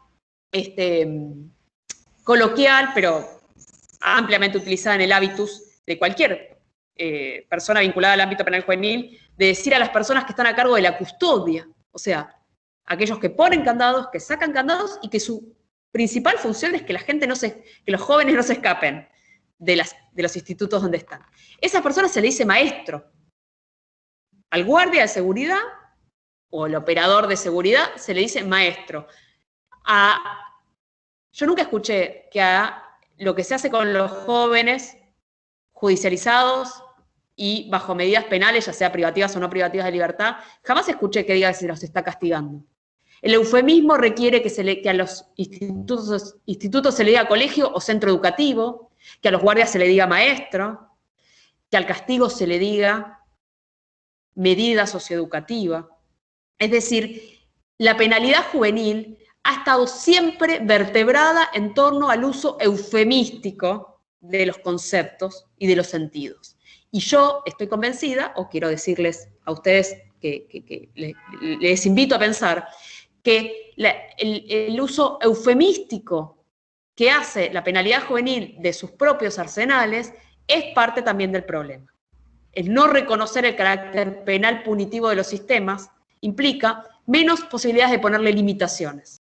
Quienes creemos que el sistema penal es dañino, produce sufrimiento y administra violencia, creemos que el sistema penal tiene que ser lo más chiquitito posible, lo más limitado posible, que hay que circunscribir al máximo posible el sistema penal, porque además todo aquello que el sistema penal toca se lo arrebata al sistema social. El joven que es tocado por el sistema penal es exonerado del sistema de políticas sociales. Con lo cual, quienes pensamos que el sistema penal funciona de esta manera, pensamos que el sistema penal tiene que ser chiquito y hay que ponerle límites. El uso eufemístico de los conceptos y de las categorías en la penalidad juvenil no hace un favor a la idea de limitar y reducir el sistema penal. Porque no se está castigando, se está socioeducando. No se está castigando, se está protegiendo. Dicho de una manera tutelar o dicho de una manera acorde a las normativas contemporáneas, en definitiva, el uso eufemístico de la terminología de la penalidad juvenil, yo creo que es un problema. Y el segundo problema, además, tres problemas. Su carácter crónico de estar en crisis. ¿Cómo esto que está en crisis siempre desde que se creó? Bueno, ¿cuál es la función de esta idea de que siempre está en crisis? Entonces lo que tenemos que hacer es mejorarlo. Segundo problema, el problema del uso del eufemismo en la penalidad juvenil. Y tercer y último problema que quería plantear en torno a esta génesis de una penalidad a medida de los más pequeños es el problema de, del secreto. ¿A qué llamo secreto? A esta idea de que por la fragilidad de los niños y por preservar a los niños, el sistema penal es un sistema que tiende a ser oscuro, opaco, que tiende a no mostrar lo que hace. En nombre de la protección de los niños, el sistema penal lo que hace es operar bajo la lógica del secreto. Es un sistema penal sobre el cual no se puede saber mucho. En nombre de la protección de los niños no se puede mirar mucho las audiencias judiciales, no se producen mucho las estadísticas. Los organismos de derechos humanos han tenido, y principalmente en lo que eran los institutos de nación, severísimos problemas para poder acceder a monitorear las condiciones de detención de los institutos menores de la Ciudad de Buenos Aires cuando dependían de la CENAF, de la Secretaría Nacional de Niñez, Adolescencia y Familia. Ustedes piensen que la Procuración Penitenciaria de la Nación debió llegar a litigar a la Corte Suprema de la Nación sus facultades para poder monitorear los institutos de menores de la CENAF, de la Secretaría Nacional de Niñez, Adolescencia y Familia. La Corte Suprema debió decirle al secretario de Niñez que los organismos de derechos humanos con facultades legales de contralor podían y debían inspeccionar los institutos de menores. ¿Saben cuál era el argumento del, por entonces, secretario de Niñez a cargo de los institutos de la Ciudad de Buenos Aires? Lo que él decía era que los niños, como son sujetos frágiles, particulares, que es muy posible dañarlos si no estamos especializados en ellos, por eso la Procuración Penitenciaria no podía entrar, porque le iban a hacer mal a los niños, porque no estaban especializados en el trato con los niños, entonces podían dañarlos y fragilizarlos. Eso, aunque suene absurdo, era el argumento por el cual el secretario de Niñez de la Nación alcanzó hasta la Corte Suprema el litigio respecto de si un organismo de derechos humanos podía monitorear o no, podía controlar o no las instalaciones carcelarias de los adolescentes que él tenía a su cargo. Eso es un ejemplo bien concreto de esta lógica del secreto. Del nombre de los niños y sus fragilidades, construimos entramados de oscuridad y de opacidad del campo penal juvenil respecto de las miradas externas.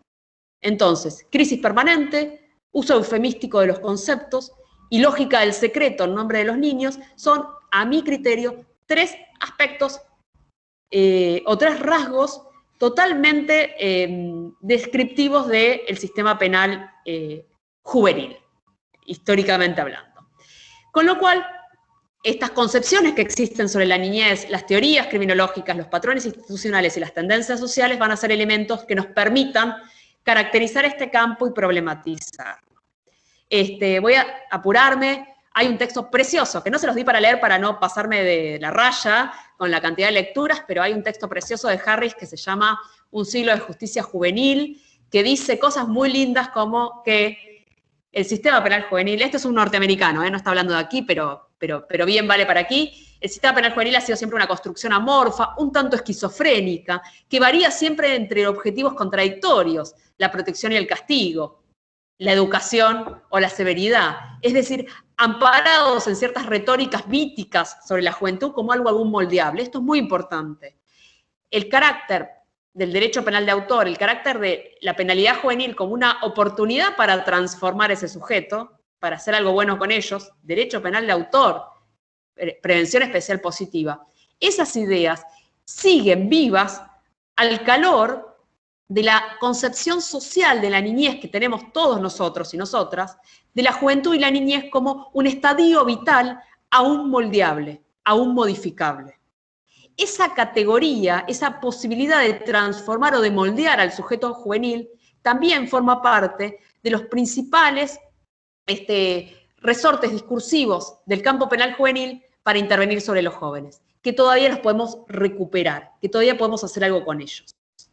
La idea de un sujeto juvenil como un sujeto inacabado, como un sujeto en desarrollo, es a la vez, paradójicamente, la punta de lanza de la legitimidad de una intervención penal punitiva que va a hacer algo con él, que lo va a transformar. Por eso dice este autor Harris, que a mí me encanta, que durante todo el siglo XX el Tribunal de Menores fue un gran camaleón institucional, que se fue adaptando a distintas coyunturas. Y este autor hace una suerte de periodización, que si bien es para el continente norteamericano, creo que con algunos ajustes podría servir para nuestras latitudes. Él habla de los periodos de asilos, del periodo de tribunales de menores, del derecho de menores y del control de la delincuencia juvenil. Creo yo que con algunas variaciones, estos periodos o estas clasificaciones periódicas podrían ser útiles para nuestra latitude. Aquí les dejo unas citas que van a leer después si tienen ganas y si no, no las leen, en el PowerPoint, que tiene que ver con pensar la penalidad no como la respuesta al delito, sino como la construcción del delito y del delincuente, es decir, que la ley, la policía, los tribunales, la cárcel, la criminología y la cultura son los verdaderos constructores de la penalidad juvenil y que por eso hay una invitación sugerente que es invertir la mirada y resituar en el centro del argumento ya no a los jóvenes y sus prácticas o sus acciones que son criminalizadas, sino invertir la lógica de análisis y poder poner el foco o el centro de nuestra argumentación en las instituciones penales que de alguna manera definen o construyen al joven como un joven delincuente o como un joven no delincuente. Entonces, mirar las instituciones es la invitación que vamos a tener en este curso. En este curso no vamos a hablar de por qué los jóvenes delinquen, qué hacer con ellos, no vamos a tener una mirada criminológica clásica. Que está bien que haya gente que se dedique a estudiar eso, pero nosotros no vamos a estudiar al delincuente juvenil ni al delito juvenil, ni vamos a pensar cómo hacer algo con el delito juvenil. Lo que les invitamos a hacer en este curso es a pensar, a problematizar y a estudiar qué hacen las instituciones con ellos. ¿Qué hace la institucionalidad penal juvenil con los jóvenes? Ese va a ser nuestro foco de análisis, ¿bien? Una sociología de la institución penal. Y también, esto más lo mío, después Silvia seguramente va a hacer aportes más desde una perspectiva psicosocial, pero no, Silvia tampoco va a trabajar en cómo hacer para que ese joven no delinca. Eso no son nuestras preguntas son otras. Nuestras preguntas es cómo tener intervenciones desde los derechos humanos con esos jóvenes. La perspectiva tiene otro cariz, tiene otra tesitura. Bien, ahora voy a ir redondeando, solamente les voy a mostrar algunas placas para ver si las y los tiento a después mirar este PowerPoint en el campus. Les dejé algunas fotitos, este es uno de los primeros reformatorios de menores penales de México, interesante, descalzos, son todos indígenas, no porque los indígenas pobres sean los que delinquen en México a principios del siglo XX, sino seguramente por algún otro motivo, y esa figura de la música clásica, del instrumento europeo, esta foto siempre me pareció muy sugerente. Aquí les dejé una pequeña historia de este correccional de menores que está en el DF, que todavía existe, y que en 1841 se llama Casa Correccional para Jóvenes Delincuentes, y que ahora esa misma institución, ese mismo edificio, que tuvo varios usos, ahora se llama, bueno, en su momento se llamó Colonia Agrícola, hay toda una historia sobre la colonia agrícola, la escuela industrial. Ahora ese mismo lugar se llama Comunidad de Tratamiento Especializado para Adolescentes, que tiene arquitectura antimotines y está pintada de colores pastel, tal cual describe su página institucional. Lo que quiero mostrarles es esta mirada genealógica como el correccional de menores, iniciado por filántropos, como un hospicio de pobres, como un convento en su momento, más luego como una colonia agrícola y una escuela industrial, más ligado al proyecto fordista, va a transformarse para ser hoy en día una comunidad de tratamiento especializado para adolescentes. Cómo hay una metamorfosis del dispositivo penal punitivo para los adolescentes que va transformando sus nomenclaturas y que en este caso en particular es bastante didáctico el ejemplo. Aquí les dejé algunas cuestiones sobre el poder tutelar y el welfarismo, al cual hice referencia muy rápidamente, pero tienen para trabajar. Algunos casos emblemáticos que empiezan a poner en crisis el poder o el sistema tutelar, principalmente fallos de la Corte norteamericana, pero también de algunos otros países, en Francia también. El contexto de los años 60, en el cual empieza a interpelarse no solo el poder tutelar sobre los niños, sino principalmente el poder manicomial, y empiezan fuertemente los movimientos de desinstitucionalización, de cómo hay una ruptura en los 60-70 que tiene que ver con el conflicto social y con las reivindicaciones civiles, pero también encuadra o empalma históricamente con el inicio de la etapa global del neoliberalismo, marcada, entre muchas otras cosas, por la declaración de la guerra a las drogas de Nixon y lo que se va a llamar como el giro neoliberal y punitivo. Entre los 60 y los 70 van a convivir movimientos de mucha agitación, de lucha por derechos, Panteras Negras, revoluciones latinoamericanas, guerrillas, movimiento hippie, Mayo francés, cordobazo, es decir, va a haber un montón de eventos de alta efervescencia de conquistas sociales y políticas que se van a entramar con el nacimiento o con la fundación del orden neoliberal. Nixon, Thatcher, Margaret Thatcher en Inglaterra va a ser trascendente, y lo que se va a conocer como el giro neoliberal.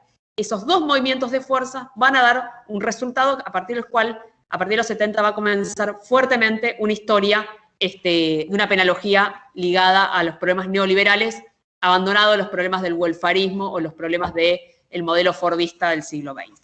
Aquí en Argentina tienen 3 etapas históricas claramente marcadas, que ustedes la van a ver en el texto de Daroski y Gemureman, los menores de ayer y de hoy y de siempre. Es un texto donde ustedes van a poder ver este análisis enfocado en 3 periodos históricos de Argentina.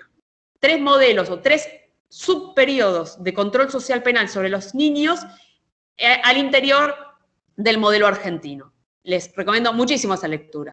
Acá les dejé para que después vean algunas fotos de los inmigrantes, niños trabajadores, los niños que juegan en la vía pública, los niños en el espacio público, los inquilinatos, los conventillos, que van a ser el contexto de la cuestión social que va a animar a la elaboración de las leyes tutelares de patronato de menores, junto con las leyes de defensa social y de residencia, es decir, los conjuntos de leyes que van a fundar la necesidad de garantizar la viabilidad de cierto proyecto de las élites dominantes a principios del siglo XX.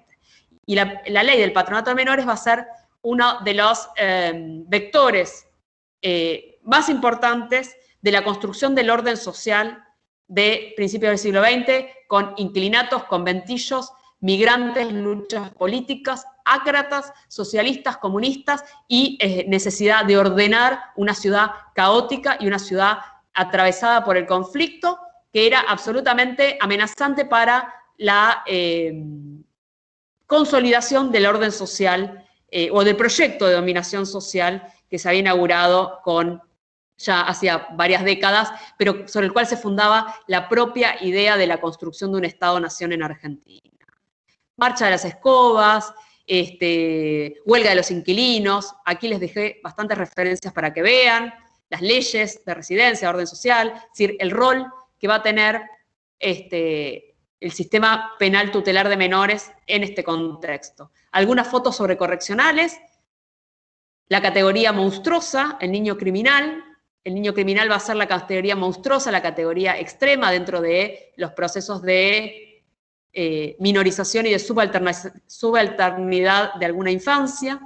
Les dejo una chorrera de cuestiones sobre la historia del marco penal juvenil y de las normativas penales en Argentina, que es re aburrida, así que yo las voy a pasar rápido, pero las tienen escritas, cuál es la ley. Y después les dejé algunos documentos históricos, como expedientes de la provincia de Buenos Aires de los años 30, de los primeros tribunales de menores, antecedentes y saberes técnicos expertos, resoluciones, y algunas huellas culturales como las bellas almafuertes de Roberto Art, películas, en algunos casos más propagandísticas, como esta de los años 40, de Mañana serán hombres, películas para nada propagandísticas, sino más bien críticas, como la emblemática Crónica de un niño solo de Fabio. También recomendamos unos años antes Los 400 golpes de Francia, película preciosa.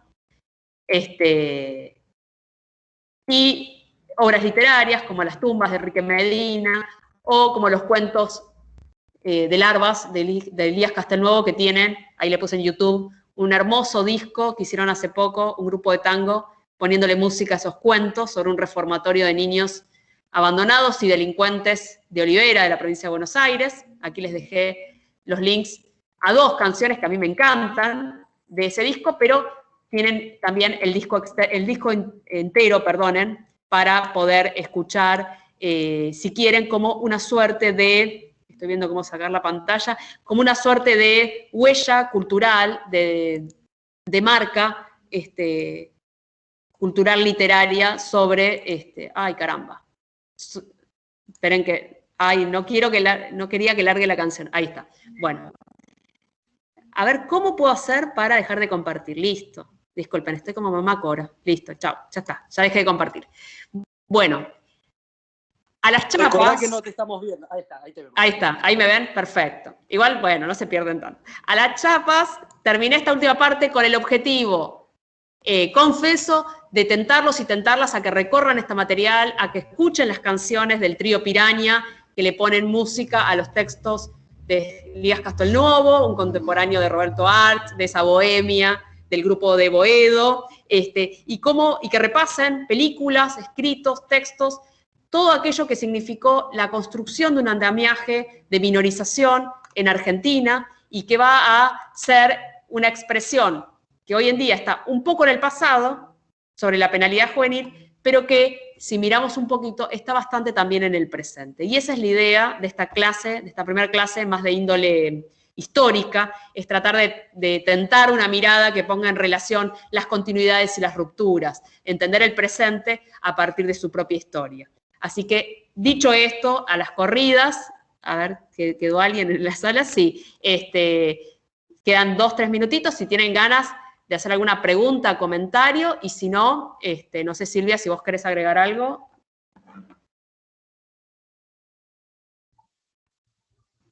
No, en verdad no. Estaba mirando un poquito los resultados de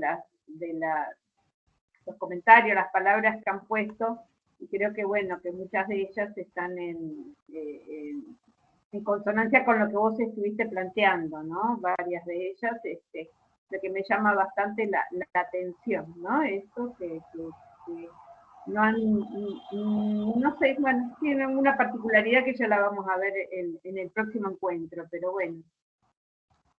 Ojalá alguien quisiera decir, excelente, acá dicen clase, gracias, gusto enorme, Cecilia, gracias, buenísimo, están contentas con tu exposición, Ana.